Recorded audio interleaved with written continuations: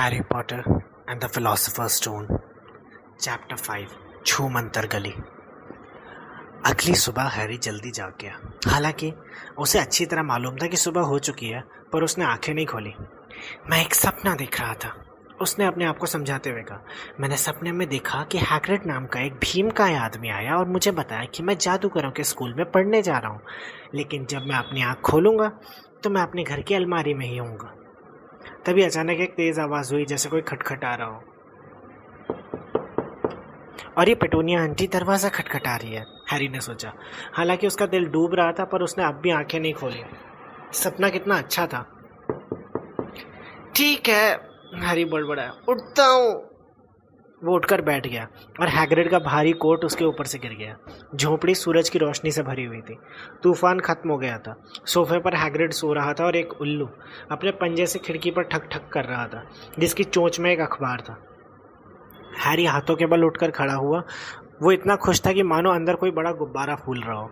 वो सीधा खिड़की तक गया और उसे झटके से खोल दिया। उल्लू झपटकर अंदर आया और हैग्रिड के ऊपर अखबार टपका दिया, पर हैग्रिड जागा नहीं। उल्लू बस फर्श पर मंडराने लगा और हैग्रिड के कोट पर हमला करने लगा। ऐसा मत करो, हैरी ने उल्लू को भगाने की कोशिश की, पर उल्लू ने तेजी से वो चोंच मारी और एक बार फिर कोट पर हमला करने लगा। हैग्रिड, हैरी ने जोर से कहा, एक उल्लू आया है। उसे पैसे दे दो। हैग्रिड सोफे पर पड़े पड़े ही घुरघुराया। क्या? अखबार पहुंचाने के लिए पैसे चाहता है, जेबों में देखो। हैग्रिड के कोट में जैसे जेबों के सिवाय कुछ था ही नहीं। चाबी के गुच्छे, घोंगे के खोले, धागे की गिट्टियां, पेपरमिंट कैंडी, टी बैग्स। आखिरकार हैरी ने मुट्ठी भर अजीब दिखने वाले सिक्के बाहर निकाले। उसे 5 नट दे देना। नट? हैरी ने कहा। कांसे के छोटे सिक्के होंगे। हैरी ने कांसे के 5 छोटे सिक्के गिने और उल्लू ने पैर बाहर कर दिया, ताकि हैरी उन सिक्कों को एक छोटी सी चमड़े की थैली में रख सके जो उसके पैर में बंधी थी। फिर उल्लू खुली खिड़की से बाहर उड़ गया। हैग्रिड तेज आवाज में जम्हाई लेते हुए खड़ा हुआ और अंगड़ाई लेने लगा। बेहतर होगा हम चल दे हैरी, आज बहुत काम करना है। लंदन जाना है और तुम्हारे स्कूल का सामान भी तो लेना है। हैरी जादूगरों के सिक्कों को उलट पलट कर रहा था और उन्हें ध्यान से देख रहा था। तभी उसके मन में ऐसा विचार आया जिसने उसके अंदर के खुशी के गुब्बारे की हवा निकाल दी। हैग्रिड, क्या हुआ? अपने जूते पहनते हुए हैग्रिड बोला। मेरे पास पैसे नहीं है, और आपने वर्नॉन अंकल की बात तो रात को ही सुन ली थी ना। वो मुझे हॉगवर्ट्स जाने और जादू सीखने के लिए पैसे नहीं देंगे। उसकी चिंता मत करो, हैग्रिड ने खड़े होकर सिर खुजाते हुए कहा। तुमने कैसे सोच लिया तुम्हारे मम्मी डैडी तुम्हारे लिए कुछ नहीं छोड़ कर गए? पर उनका घर तो तबाह हो गया था ना। क्या पैसे लोग घर में रखते हैं बेटा? नहीं, हम सबसे पहले ग्रिंगॉट्स चलेंगे, जादूगरों का बैंक। एक कबाब खाओ, ठंडे होने के बावजूद उतना बुरा नहीं है। और हम तुम्हारे बर्थडे केक के टुकड़े के लिए भी मना नहीं करेंगे। जादूगरों के भी बैंक होते हैं? सिर्फ एक ही है, ग्रिंगॉट्स। इसे पिशाच चलाते हैं। हैरी जिस कबाब के टुकड़े को पकड़े था वो उसके हाथ से छूट गया। पिशाच? हाँ, और हम तुम्हें बताते हैं, इसे लूटने की कोशिश करने वाला कोई पागल ही होगा। कभी भी पिशाचों से पंगा मत लेना हैरी। किसी चीज़ को सुरक्षित रखने के लिए ग्रिंगॉट्स दुनिया में दूसरी सबसे सुरक्षित जगह है, हॉगवर्ट्स को छोड़कर। सच तो यह है कि हमें ग्रिंगॉट्स वैसे भी जाना था, डम्बलडोर के किसी काम से। हॉगवर्ट्स का काम है। हैग्रिड ने सीने को गर्व से फुला लिया। वो आमतौर पर ज़रूरी काम हमसे ही करवाते हैं। तुम्हें लाना, ग्रिंगॉट्स से सामान निकालना, उन्हें मालूम है वो हम पर भरोसा कर सकते हैं। सब कुछ ले लिया तो चलो। हैरी हैग्रिड के पीछे पीछे चट्टान पर आ गया। आसमान बिल्कुल साफ था और समुद्र सूरज की रोशनी में चमक रहा था। वर्नॉन अंकल जो नाव किराए पर लाए थे अब भी वहीं थी।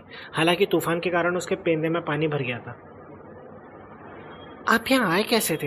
हैरी ने पूछा, क्योंकि दूसरी नाव नहीं थी। उड़कर आए थे। उड़कर? हाँ, पर हम लोग इसी नाव से वापस जाएंगे।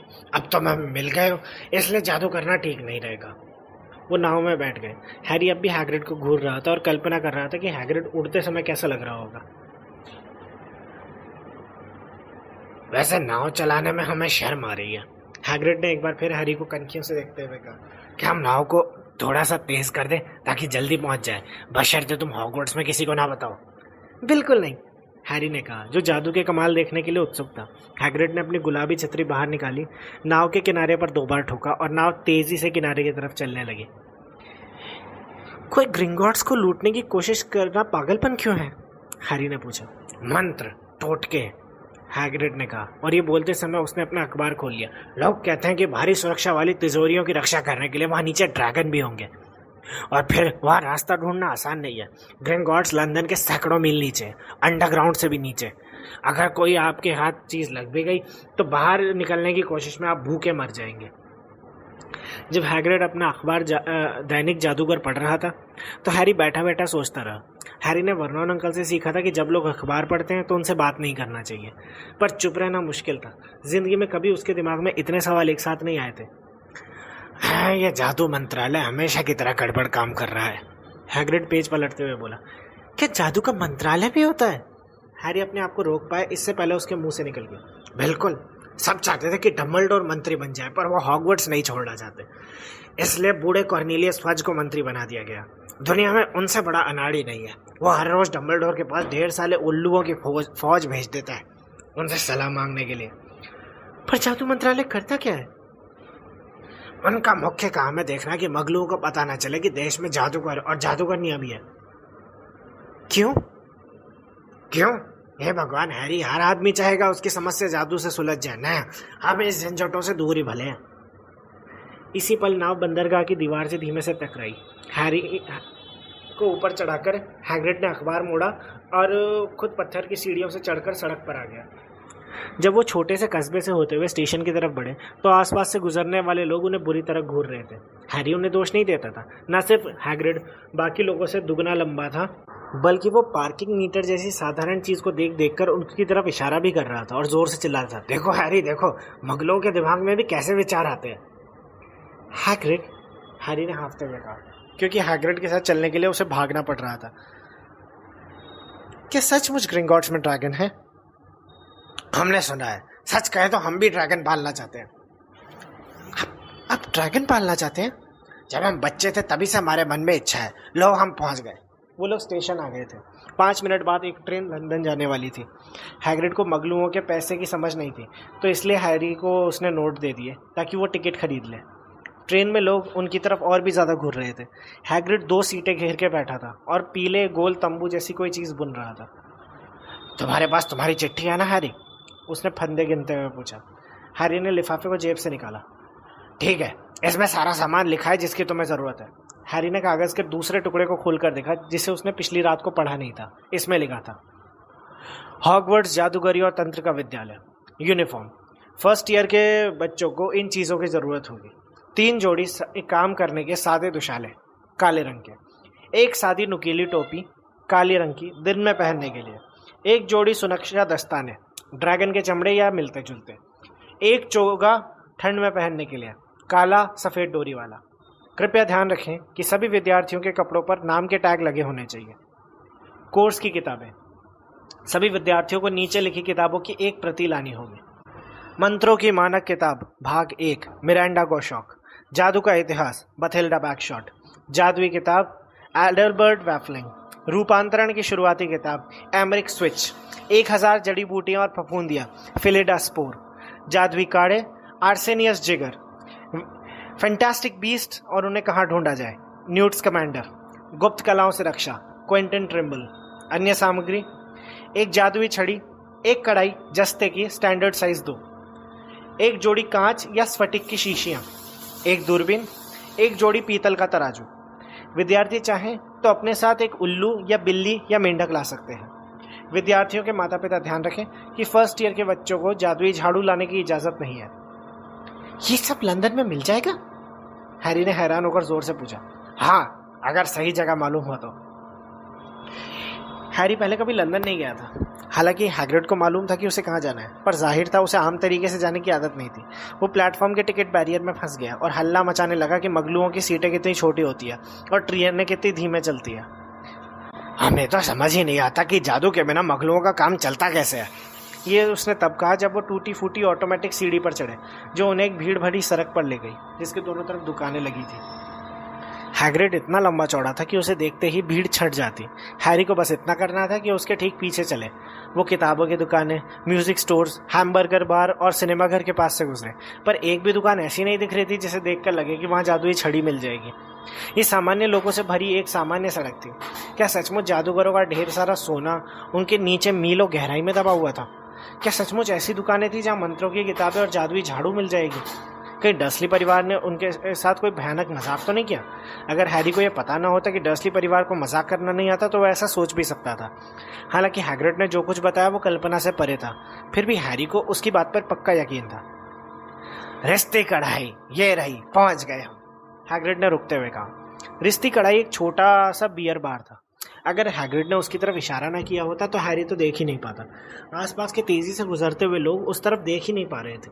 उनकी निगाहें इस तरफ की किताबों की बड़ी दुकान से सीधा उस तरफ की रिकॉर्ड शॉप तक जा रही थी, जैसे उन्हें रिश्ती कढ़ाई नजर ही नहीं आ रहा हो।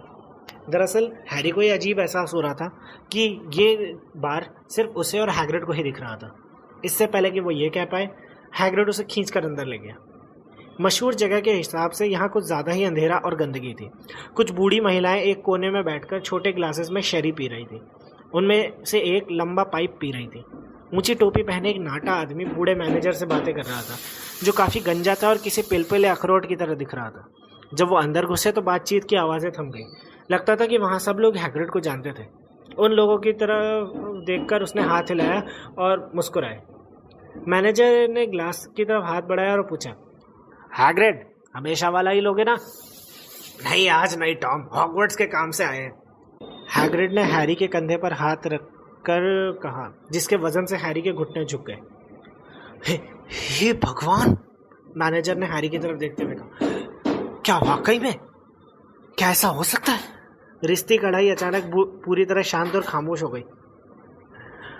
भगवान, बूढ़ा मैनेजर बोला, हैरी पॉटर, मेरे लिए बड़े सम्मान की बात है। वो बार के पीछे से लपक कर बाहर आया, हैरी की तरफ दौड़ा और उसका हाथ अपने हाथों में ले लिया। उसकी आंखों में आंसू भरे थे। हमारी दुनिया में आपका स्वागत है मिस्टर पॉटर, स्वागत है। हैरी को समझ नहीं आ रहा था कि वो क्या कहे। सब लोग उसकी की तरफ देख रहे थे। पाइप पीने वाली बूढ़ी महिला पाइप खींचे जा रही थी और उसे पता ही नहीं चला कि वो बुझ चुका था। हैग्रिड का चेहरा चमक रहा था।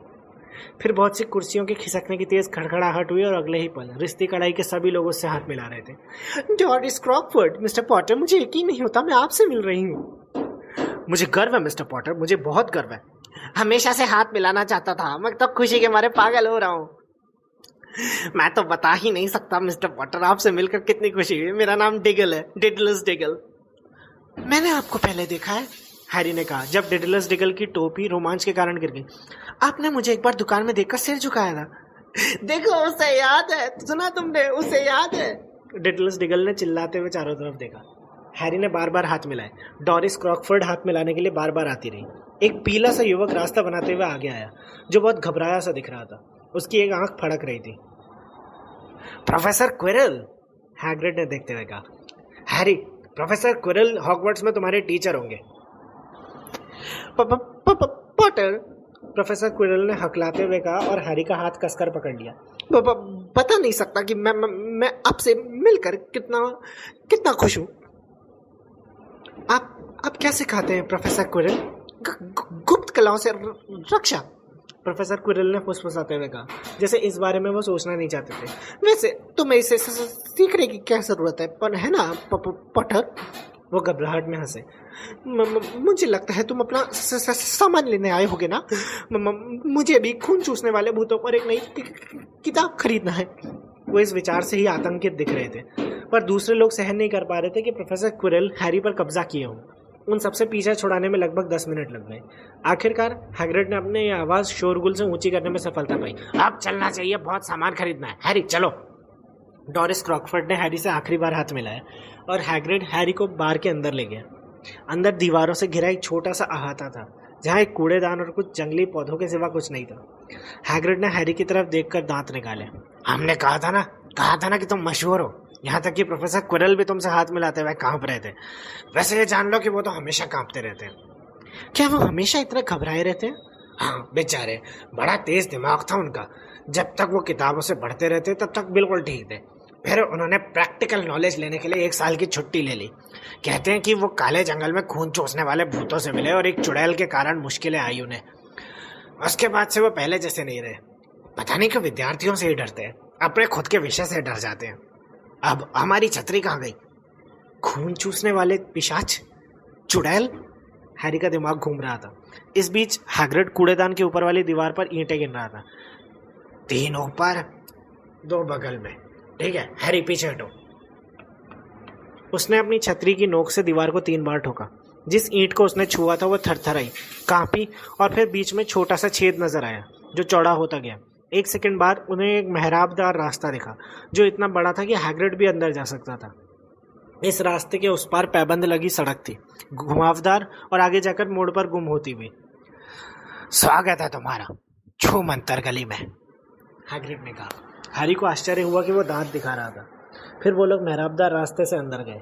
हैरी ने जल्दी ही सिर घुमाकर देखा कि रास्ता तत्काल एक बार फिर से ठोस दीवार में बदल गया। सबसे पास वाली दुकान के बाहर रखी कढ़ाइयों का ढेर सूरज की रोशनी में चमक रहा था। उनके ऊपर लटके साइन बोर्ड पर लिखा था, कढ़ाइयाँ हर साइज की, तांबा, पीतल, जस्ता, चांदी, अपने आप तलने वाली, फोल्ड हो जाने वाली। हाँ, तुम्हें ये चाहिए होगी, पर सबसे पहले तुम्हारे पैसे लेने चलते हैं।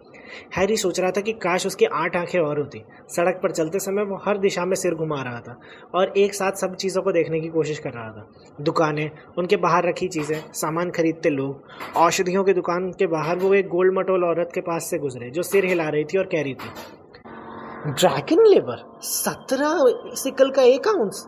ये लोग पागल हो गए हैं क्या?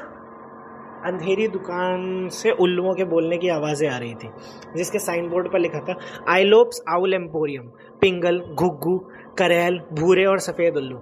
हैरी की उम्र के कई बच्चे एक खिड़की पर नाक गड़ाए खड़े थे जिसके अंदर जादुई झाड़ुएं रखी थी। देखो, हैरी ने एक को कहते सुना, ये तो नई निम्बस 2000 है, सबसे तेज।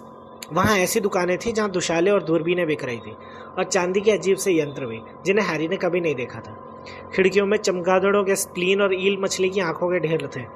मंत्रों की किताबों के गट्ठर, चमड़े के कागज के रोल और कलमे, जादुई काढ़ों की बोतलें, चंद्रमा के ग्लोब। ग्रैंगॉट्स, हैग्रिड ने कहा। वो एक बर्फ जैसी सफ़ेद इमारत के पास पहुंच गए थे जो बाकी सभी दुकानों से बहुत ऊंची थी।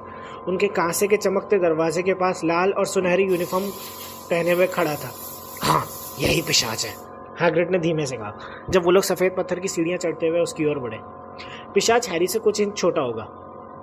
उसका चेहरा सांवला और चालाक सा था। उसकी दाढ़ी नुकीली थी और हैरी ने देखा कि उसकी उंगलियां और पैर लंबे थे। जब वो लोग अंदर घुसने लगे तो उसने सिर झुकाकर अभिवादन किया। अब उनके सामने एक और दरवाज़ा था जो चांदी का था और उस पर शब्द लिखे थे, अंदर आइए अजनबी, पर ध्यान रखिए आप, लालच करना होता है सबसे बड़ा महापाप, क्योंकि वो लोग जो योग्य नहीं होते फिर भी है लेते, वो वक्त आने पर उसकी बहुत बड़ी कीमत है देते। इसलिए अगर आप खोज रहे हैं हमारे फर्श के नीचे वो खजाना जो आपका नहीं है, ना आगे न पीछे, तो चोर महाशय आपको चेतावनी दे दी गई है, रहना सावधान। आपको खजाना ही नहीं कुछ और भी मिलेगा, रखना इसका ध्यान। जैसा हमने कहा था, इसे लूटने की कोशिश करना पागलपन होगा, हैग्रिड ने कहा। जब वो चांदी के दरवाजे से अंदर जा रहे थे तो पिशाचों की एक जोड़ी ने उन्हें सलाम किया और अब वो संगमरमर के एक बड़े से हॉल में थे। 100 से भी अधिक पिशाच एक लंबे काउंटर के पीछे ऊंचे स्टूल्स पर बैठकर मोटे मोटे लेजरों में लिख रहे थे, पीतल की तराजुओं में सिक्के तौल रहे थे, आंखों पर लेंस लगाकर कीमती रत्नों की जांच कर रहे थे। हॉल से बाहर जाने वाले दरवाजे इतने सारे थे कि उन्हें गिना तक नहीं जा सकता था। बहुत से पिशाच वहाँ खड़े थे और दरवाजों से आने जाने में लोगों की मदद कर रहे थे। हैग्रिड और हैरी काउंटर की ओर बढ़े। गुड मॉर्निंग, हैग्रिड ने एक खाली बैठे पिशाच से कहा। हम लोग मिस्टर हैरी पॉटर की तिजोरी से पैसा निकालना चाहते हैं। और क्या मिस्टर हैरी पॉटर चाबी लाए हैं सर?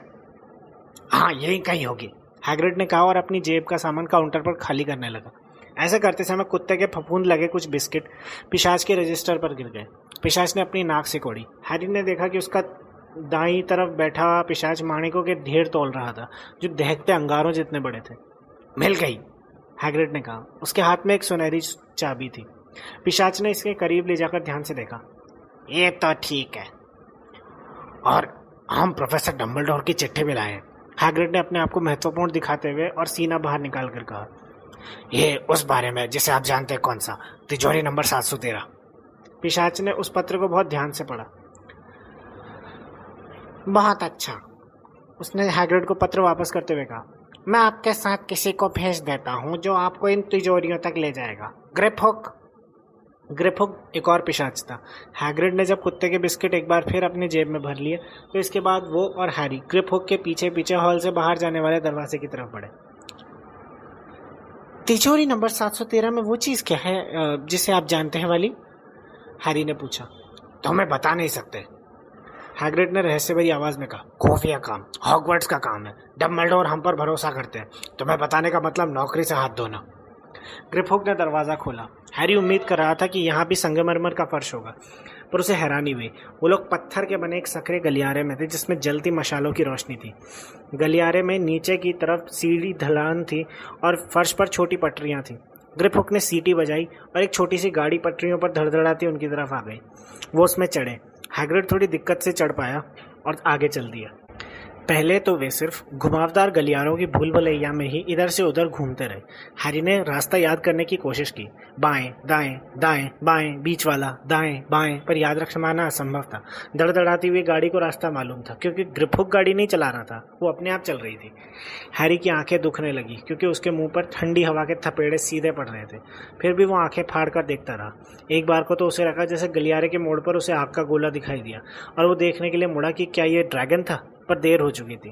वो लोग सीधे गलियारे में उतरते चले गए और गहराई में जमीन के अंदर बनी एक झील के पास गुजरे जहाँ के स्टैलेक्टाइट्स और स्टैलेगमाइट्स बिल्कुल सामने दिख रहे थे।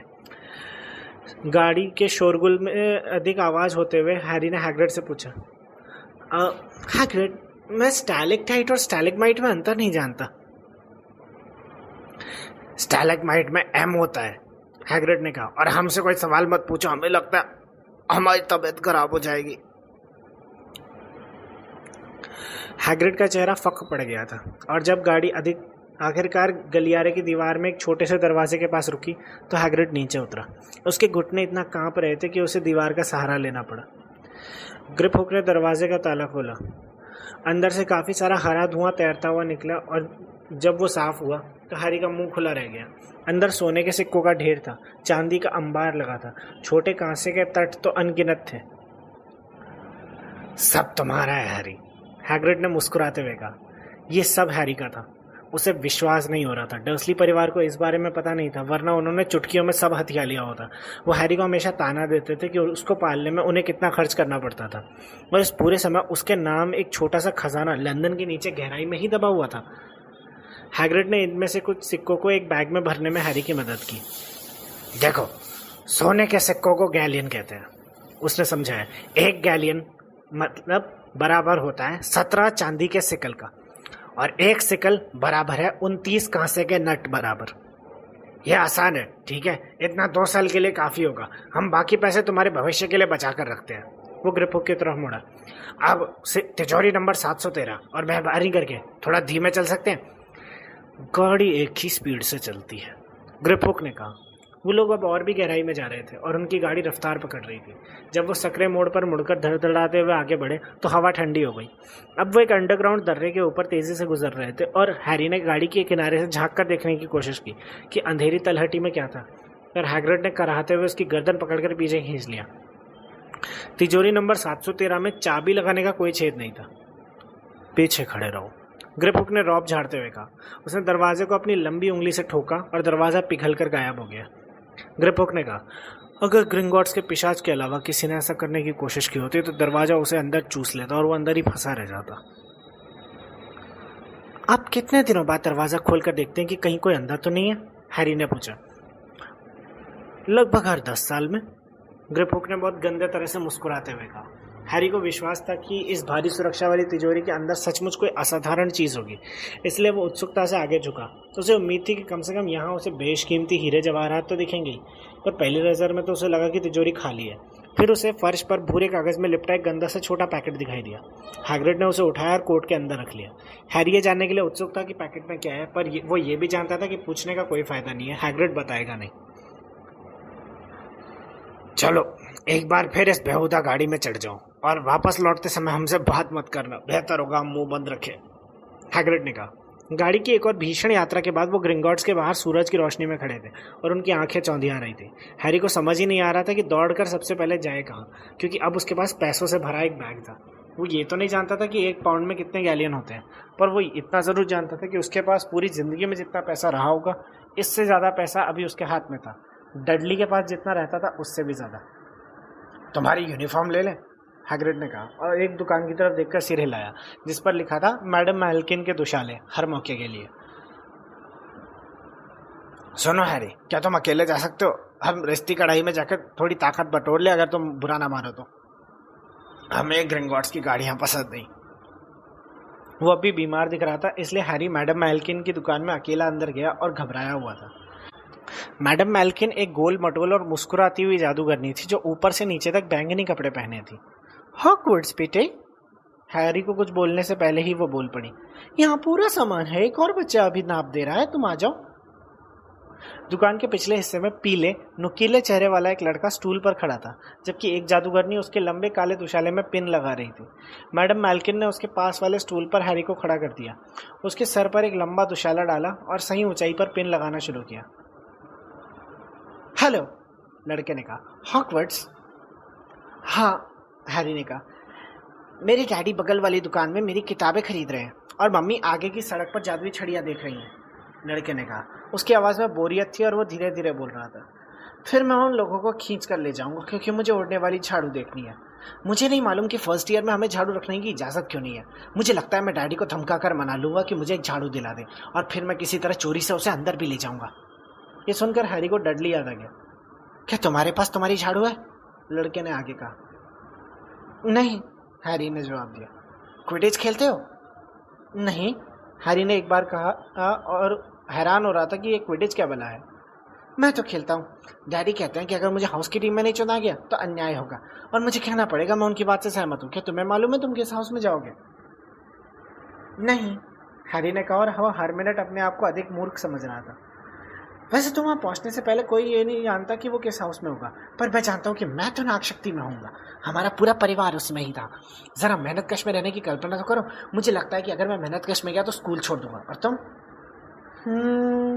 हैरी ने कहा और वो चाहता था कि वो कोई अधिक रोचक बात कहे। मैं कहता हूँ ज़रा उस आदमी को तो देखो, लड़के ने अचानक सामने वाली खिड़की की तरफ इशारा करते हुए कहा। वहाँ हैग्रिड खड़ा था और हैरी की तरफ देखकर दांत दिखा रहा था। उसने 2 बड़ी आइसक्रीम की तरफ इशारा किया ताकि हैरी समझ सके कि वो अंदर क्यों नहीं आ सकता था। वो हैग्रिड है, हैरी ने कहा। उसे खुशी थी कि उसे कोई तो ऐसी बात मालूम थी जो उस लड़के को नहीं मालूम। वो हॉगवर्ट्स में काम करता है। अच्छा, लड़के ने कहा। मैंने उसके बारे में सुना है। वहाँ का नौकर है ना? वो पहरेदार है, हैरी ने कहा।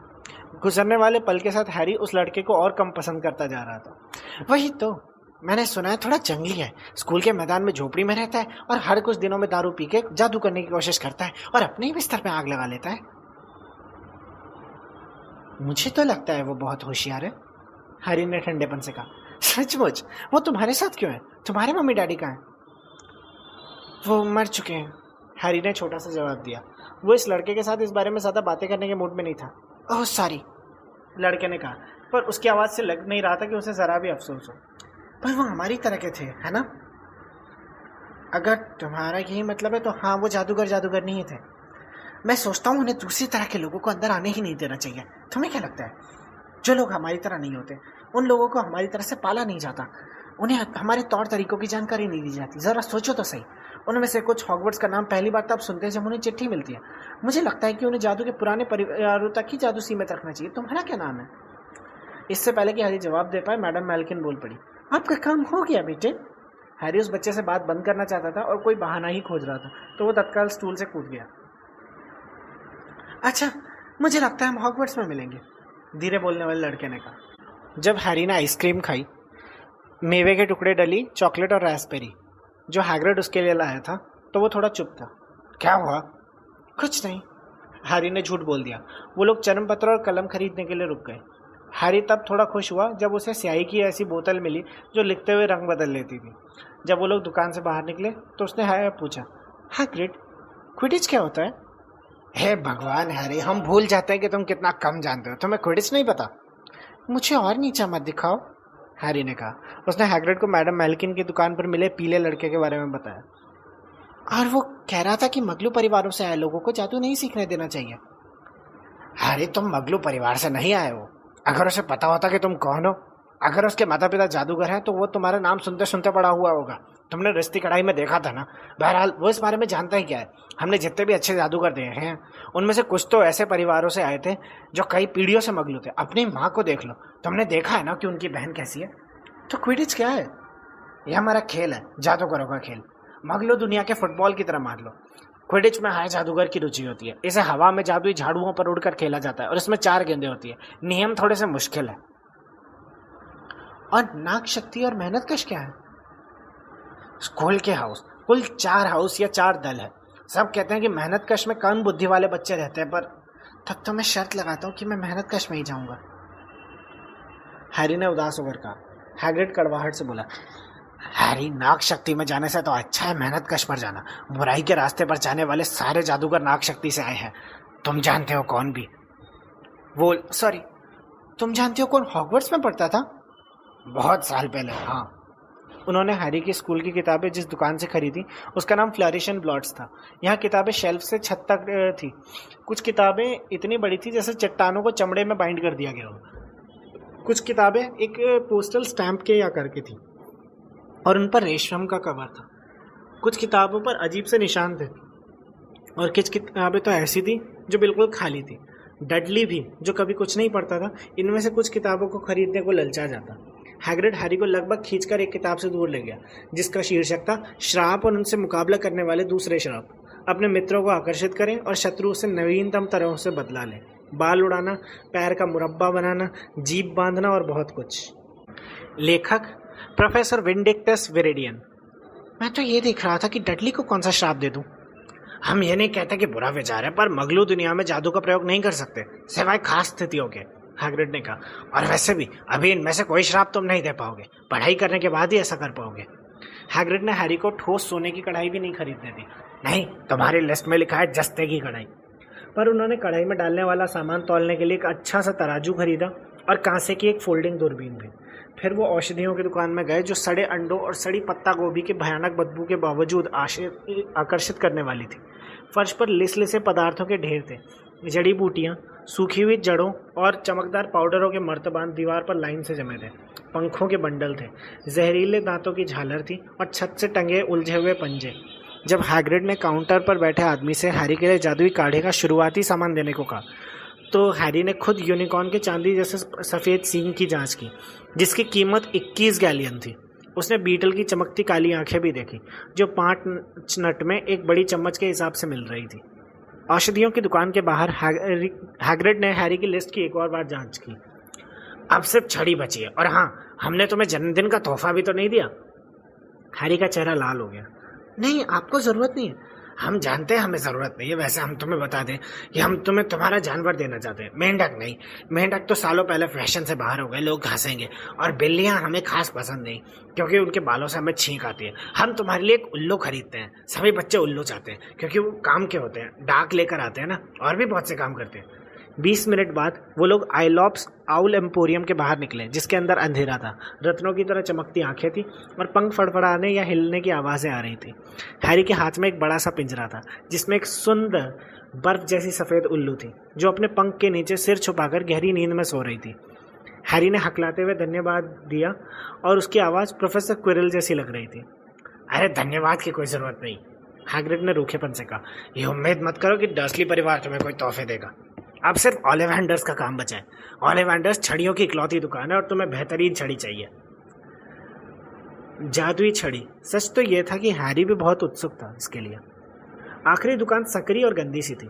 दरवाजे पर उखड़े सुनहरे अक्षरों में लिखा था, ओलिवेंडर्स, बेहतरीन छड़ियों के निर्माता, 382 ईसा पूर्व से। धूल भरी खिड़की में से रंग उड़ी जामुनी गद्दी पर एक छड़ी रखी थी। जब वो लोग अंदर घुसे तो दुकान के भीतर कहीं एक घंटी बजी। ये एक छोटी सी जगह थी जिसमें सिर्फ एक टूटी टांग वाली कुर्सी के सिवा कुछ नहीं था, जिस पर बैठकर हैग्रिड इंतजार करने लगा। हैरी को बहुत अजीब लग रहा था, जैसे वो किसी बहुत सख्त नियम वाली लाइब्रेरी में घुस आया हो। उसने बहुत से नए सवाल निकले जो उसके मन में अभी अभी आए थे, और इसके बजाय उसने उन हजारों सकरे बक्सों को देखा जो करीने से छत तक जमे हुए थे। न जाने क्यों उसे लगा जैसे उसकी गर्दन के पिछले हिस्से में कुछ चुभ रहा था। यहाँ की धूल और खामोशी में जैसे रहस्यमय जादू भरा था। गुड आफ्टरनून, एक धीमी आवाज़ आई। हैरी उछल पड़ा। हैग्रिड भी उछल पड़ा होगा क्योंकि एक तेज चरमराहट हुई और वो टूटी कुर्सी से हड़बड़ा कर उठा। उनके पीछे एक बूढ़ा आदमी खड़ा था जिसकी चौड़ी पीली आंखें दुकानदार के अंधेरे में चंद्रमा की तरह चमक रही थी। हेलो, हैरी ने अजीब तरह से कहा। अरे हाँ, आदमी ने कहा। हाँ हाँ, मुझे यकीन था आपसे बहुत जल्दी मुलाकात होगी हैरी पॉटर। ये कोई सवाल नहीं था। आपकी आंखें बिल्कुल आपकी मम्मी जैसी हैं। अभी कल ही की बात लगती है जब उन्होंने यहाँ से अपनी पहली छड़ी खरीदी थी। 10.25 इंच लंबी, सरसराती, विलो की लकड़ी की, सम्मोहन के लिए बहुत अच्छी। मिस्टर ओलिवेंडर हैरी के करीब आ गए। हैरी चाह रहा था कि वो पलके झपकाए। उनकी चांदी जैसी आंखें थोड़ी डरावनी थी। दूसरी तरफ तुम्हारे डैडी, महोगनी की लकड़ी की छड़ी, 11 इंच, लचीली, थोड़ी ताकतवर और रूपांतरण के लिए आदर्श। पर मैंने क्या कहा, तुम्हारे पिता को यह छड़ी पसंद आई। सच तो यह है मिस्टर पॉटर, हर छड़ी अपना मालिक खुद चुनती है। मिस्टर ओलिवेंडर इतने करीब थे कि उनकी नाक हैरी की नाक से लगभग टकरा रही थी। हैरी को उनकी कोहरेदार आंखों में अपना प्रतिबिंब दिख रहा था। और यहाँ पर मिस्टर ओलिवेंडर ने अपनी लंबी सफ़ेद उंगली से हैरी के माथे के बिजली जैसे निशान को छुआ। मुझे यह कहते हुए भी अफसोस है कि ये छड़ी भी मैंने ही बेची थी जिसने ये काम किया है, उन्होंने धीमे से कहा। 13.5 इंच, सदाबहार लकड़ी। उस छड़ी में ताकत थी, बहुत ज़्यादा ताकत थी, और गलत हाथों में। अगर मुझे मालूम होता कि वो छड़ी दुनिया में कितनी गड़बड़ करेगी। फिर उन्होंने सिर हिलाया और उन्हें हैग्रिड दिख गया। हैरी ने राहत की सांस ली। रूबियस हैग्रिड, आपसे मिलकर खुशी हुई। बलूत की लकड़ी, 16 इंच, थोड़ी झुकी हुई छड़ी, है ना? हाँ सर, हाँ। अच्छी छड़ी थी, पर मुझे लगता है जब आपको स्कूल से निकाला गया होगा तो उन्होंने छड़ी तोड़ दी होगी। मिस्टर ओलिवेंडर ने थोड़ी कड़क आवाज में कहा। जी हाँ, उन्होंने उसे तोड़ डाला, हाँ, हैग्रिड ने कहा और अपने पैर आगे पीछे खिसकाए। पर हमारे पास अब भी उसके टुकड़े हैं, उन्होंने थोड़े उत्साह से आगे जोड़ा। पर आप उसका इस्तेमाल तो नहीं करते? ओलिवेंडर ने तीखी आवाज में पूछा। अरे नहीं सर, हैग्रिड ने हड़बड़ाकर जवाब दिया। हैरी ने देखा कि बोलते समय उसने अपनी गुलाबी छतरी कसकर पकड़ ली थी। फिर तो ठीक है, मिस्टर ओलिवेंडर ने हैग्रिड को पहली निगाह से घूरते हुए कहा। चलिए मिस्टर पॉटर, मुझे देखने दीजिए। उन्होंने अपनी जेब से एक लंबा टेप निकाला जिस पर चांदी जैसे निशान थे। आपकी छड़ी वाली बाह कौन सी है? मैं राइट हैंडेड हूँ, हैरी ने कहा। अपनी बाह सामने करेंगे, ऐसे। उन्होंने हैरी का नाप लिया, कंधे से उंगली तक, फिर कलाई से कोहनी तक, कंधे से फर्श तक, घुटने से कांख तक, और फिर सिर के चारों तरफ। नाप लेते हुए वो बोले, ओलिवेंडर की हर छड़ी में एक शक्तिशाली जादुई पदार्थ होता है मिस्टर पॉटर। हम यूनिकॉर्न के बाल, माया पंछी की पूंछ के पंख और ड्रैगन के दिल के रेशों का इस्तेमाल करते हैं। ओलिवेंडर की कोई दो छड़ियाँ एक जैसी नहीं होती, ठीक उसी तरह जिस तरह 2 यूनिकॉर्न, 2 ड्रैगन और 2 फीनिक्स एक जैसे नहीं होते। जाहिर है, इसी कारण किसी दूसरे जादूगर की छड़ी से आपको उतने अच्छे परिणाम नहीं मिलेंगे जितने अपनी छड़ी से मिलेंगे। हैरी ने अचानक महसूस किया कि टेप, जो उसके नथुनों का नाप ले रहा था, अपने आप ऐसा कर रहा था। मिस्टर ओलिवेंडर शेल्फ्स के बीच घूम रहे थे और छड़ियों के बक्से निकालकर नीचे रख रहे थे। बस काफ़ी है, उन्होंने कहा, और टेप फर्श पर गुड़ी मुड़ी होकर गिर गया। तो मिस्टर पॉटर, इसे आजमाएं। बीचवुड और ड्रैगन के दिल का रेशा, 9 इंच, सुंदर और लचीली। बस इसे हाथ में पकड़कर घुमाइए। हैरी ने छड़ी ली और थोड़ा मूर्ख अनुभव करते हुए उसने इसे जरा सा लहराया ही था कि तभी मिस्टर ओलिवेंडर ने छड़ी छीन ली। ये लीजिए, मेपल की लकड़ी, माया पंछी का पंख, 7 इंच, लचीली। घुमाइए। हैरी ने कोशिश की, पर उसने छड़ी उठाई ही थी कि तभी मिस्टर ओलिवेंडर ने उसके हाथ से वो भी छड़ी ले ली। नहीं नहीं नहीं नहीं नहीं, इसे देखिए, तेंदू की लकड़ी, यूनिकॉर्न का बाल, 8.5 इंच, लचकदार। चलिए चलिए, घुमाइए। हैरी ने छड़ी घुमाई। वो एक के बाद एक छड़ियाँ घुमाता रहा। उसे ज़रा भी पता नहीं था कि मिस्टर ओलिवेंडर किस चीज़ का इंतजार कर रहे थे। टूटी टांग वाली कुर्सियों पर छड़ियों का ढेर ऊंचा होता जा रहा था, जिसे वो घुमाकर देख चुका था। पर मिस्टर ओलिवेंडर शेल्फ से जितनी ज़्यादा छड़ियाँ निकाल रहे थे, उतने ही ज़्यादा खुश होते जा रहे थे। मुश्किल ग्राहक, ऐसा क्या? कोई बात नहीं, हमें यहीं कहीं आदर्श तालमेल मिल ही जाएगा। मुझे लगता है शायद ये, हाँ, क्यों नहीं, असामान्य तालमेल। ये लीजिए, शूलपर्णी, हॉली की लकड़ी और माया पंछी का पंख, 11 इंच, सुंदर और लचीली।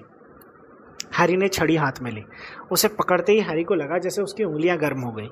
उसने छड़ी को अपने सिर के ऊपर उठाया और धूल भरी हवा में नीचे की तरफ झटके से लाया। छड़ी के सिरे से किसी आतिशबाजी की तरह लाल और सुनहरी चिंगारियां निकली और दीवार पर रोशनी नाचती दिखाई दी। शाबाश, हाँ सचमुच बहुत बढ़िया, पर अजीब, बहुत अजीब। उन्होंने हैरी की छड़ी बक्से में रखकर और भूरे कागज पर लपेट दी। वो अभी भी बोल रहे थे, अजीब बात, बहुत अजीब बात। माफ कीजिए, हैरी ने कहा, पर क्या अजीब है? मिस्टर ओलिवेंडर ने अपनी पीली निगाह से हैरी को घूरा। मुझे हर वो छड़ी याद है जो मैंने बेची है मिस्टर पॉटर, हर छड़ी। बात यह है कि उस माया पंछी ने, जिसकी पूंछ का पंख आपकी छड़ी में है, एक और पंख दिया था, सिर्फ एक और। अजीब बात यह है कि यह छड़ी आपको जची है, जबकि इसी के जोड़ीदार ने, हाँ इसी के जोड़ीदार ने आपको ये निशान दिया था। हैरी ने थूक निकला। 13.5 इंच सदाबहार की लकड़ी। अजीब बात है, दुनिया में कैसे कैसे संयोग होते हैं। ध्यान रहे मिस्टर पॉटर, हर छड़ी अपना मालिक खुद चुनती है। मुझे लगता है कि आगे जाकर आप ज़रूर महान काम करेंगे मिस्टर पॉटर, क्योंकि उसने भी, जिसका हम नाम नहीं लेते, बहुत बड़े काम किए थे। भयानक, हाँ, पर बड़े। हैरी कांप गया। वो यकीन से कह सकता था कि उसे मिस्टर ओलिवेंडर खास पसंद नहीं आए थे। उसने सोने के 7 कैलियन देकर छड़ी की कीमत चुकाई और दुकान से बाहर निकलते समय मिस्टर ओलिवेंडर ने झुककर अभिवादन किया। जब हैरी और हैग्रिड छूमंतर गली से लौट रहे थे तो शाम का सूरज आसमान में नीचे की तरफ आ गया था। वो लोग दीवार और खाली हो चुकी रिश्ती कढ़ाई से होते हुए बाहर आए। जब वो सड़क पर चल रहे थे तो हैरी बोला कुछ नहीं। उसने ये भी नहीं देखा कि अंडरग्राउंड में बहुत से लोग आश्चर्य से उनकी तरफ देख रहे थे, क्योंकि उनके पास अजीब से आकार के बहुत से पैकेट थे और हैरी की गोद में सफ़ेद उल्लू सो रही थी। ऑटोमेटिक सीढ़ी पर चढ़कर वो लोग पैडिंगटन स्टेशन पहुंच गए। जब हैग्रिड ने उसके कंधे को थपथपाया तब जाकर हैरी को एहसास हुआ कि वो कहाँ थे।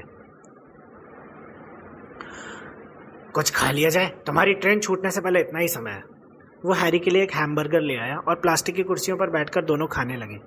हैरी ने चारों तरफ देखा, न जाने क्यों सब कुछ अजीब लग रहा था। तुम ठीक तो हो हैरी, चुप लग रहे हो, हैग्रिड ने कहा। हैरी को विश्वास नहीं था कि वो शब्दों में समझा सकता था। उसने अपने जीवन का सबसे अच्छा बर्थडे बनाया था और इसके बाद भी वो अपना हैमबर्गर कुतर रहा था और शब्द ढूंढ रहा था। उसने अंत में कहा, सब ये समझते हैं कि मैं खास हूँ, रिश्ती कढ़ाई में बैठे सभी लोग, प्रोफेसर क्विरल, मिस्टर ओलिवेंडर, पर मैं तो जादू के बारे में कुछ भी नहीं जानता। वो मुझसे महान काम करने की उम्मीद कैसे कर सकते हैं? मैं मशहूर हूँ, जबकि मुझे तो याद भी नहीं है कि मैं किस लिए मशहूर हूँ।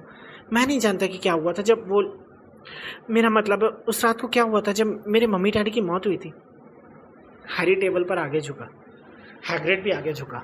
जंगली दाढ़ी और भौं के पीछे छुपे उसके चेहरे पर बहुत ही दया भरी मुस्कान थी। चिंता मत करो हैरी, तुम जल्दी सीख जाओगे। हॉगवर्ट्स पर हर कोई शुरू से ही शुरू करता है। तुम ठीक रहोगे, बस जैसे हो वैसे ही रहना।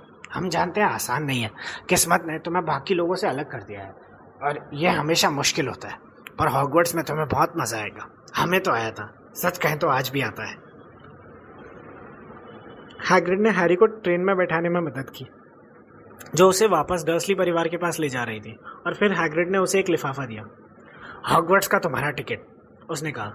1 सितंबर, किंग्स क्रॉस स्टेशन। तुम्हारे टिकट पर सब लिखा है।